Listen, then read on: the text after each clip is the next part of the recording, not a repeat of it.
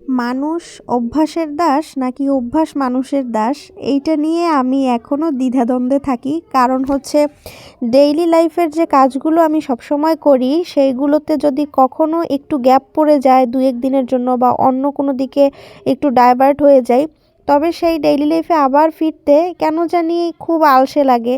মানে স্বাভাবিকভাবে স্বাভাবিক জীবনটায় ফিরে আসতে অনেক সময়ের ব্যাপার হয়।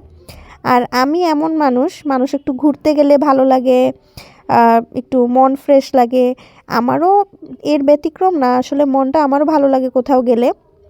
কিন্তু জীবনে কোথাও থেকে ঘুরে সুস্থ মাথায় বাসায় আসতে পারি না। সেইটা নানা বাড়ি হোক, দাদা বাড়ি হোক, যেখানেই হোক না কেন, কোথাও এইটা হবেই না। যেখানেই যাব একটু সর্দি কাশি জ্বর না হলে কোনো না কোনো সমস্যা নিয়ে বাসায় আসব।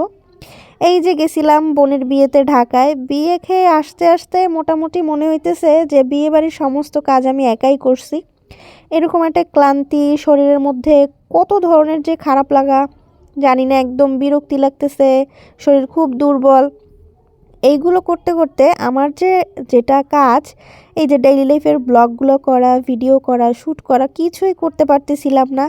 এই 4-5 দিন রেস্টের পরে আজকে আবার সেই আমার কাজের দিকে আমি ফিরতে পারছি। আর আমি একটা সবসময় নিজেকে ব্যস্ত রাখার চেষ্টা করি যে কখনোই নিজে যে কাজগুলো করি এইগুলো থেকে দূরে যাব না, এইগুলো করতে থাকবো। যদি 2-1 দিন গ্যাপ পড়ে, আবার যখনই শুরু করব তখন থেকে আবার যেন আমার বাদটা না পড়ে। হ্যালো এভরিওয়ান, আসসালামু আলাইকুম, welcome to মুমস kitchen and blog. কি আপনারা আমার পূর্বের ভিডিওর সঙ্গে এখনকার ভিডিওর কথাগুলো মিলাতে পারছেন না? মনে হইতেছে না যে অনেক ভারী ভারী কথা বলতেছি? আমারও ঠিক এমনই মনে হইতেছে যে অনেক বড় বড় কথা বলতেছি, বড় মানুষের মতো। কি আর করার, নিজের যে অভিমতটা সেইটাই আপনাদের সঙ্গে শেয়ার করি। তো এই সকালবেলা উঠে যেই কাজ করি, বিছানা গুছানো, সোফা ঝাড়া মোছা করা, কাপড় চোপড় আনা, আর এই যে আপনাদের দেখাইতেছি চকলেট ব্যাগ, এরপর একটা ড্রেস, এইগুলো সব কিছু আমার ঢাকা থেকে প্রাপ্তি হয়েছে। আমার এক খালামণি লন্ডন থেকে আসছে, উনি এইগুলো দিছে। আর এই ড্রেসটা দিছে আমার মেজো খালামণি, মানে যাদের বাসায় গেছিলাম আপুর বিয়েতে, সেই খালামণি।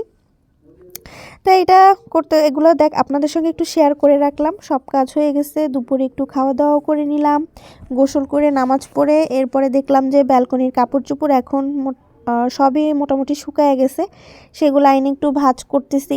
আসলে একটা বাসা পরিপাটি করতে হলে সারাদিন যেন কাজের আর শেষ থাকে না। আমি ভাবি মাঝে মাঝে যে এত কাজ বাসায় কোথা থেকে আসে। আম্মু কাজ করে, সার্ভেন্ট আছে, ওরা কাজ করে, তারপরেও কেন আমার কাজ করা লাগে? আসলে বিষয়টা এমন না, আমি যতটুকু কাজ করি আমার কিছুই করার দরকার হয় না। যতটুকু করি এইটা আমার ভ্লগ ভিডিওর জন্যই করতে হয়। আর এই যে আমার একটা খালাতো ভাই আসছে আমাদের বাসায়, ওদের বাড়ি থেকে, মানে গ্রাম থেকে একদম কাঁচা তেজপাতা নিয়ে আসছে, সেইটা আজকে একটু রোদে দিচ্ছি। ওই বাসায় একা থাকলে যা করি আর কি, সেইটাই।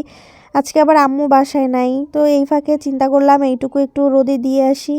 এরপরে সন্ধ্যা হয়ে গেল, একটু রেস্ট নিলাম, ঘুমাইছিলাম। ঘুম থেকে উঠে একটু এই যে বিস্কিট খাচ্ছি, এইটাও কিন্তু খালামণি আনছে লন্ডন থেকে।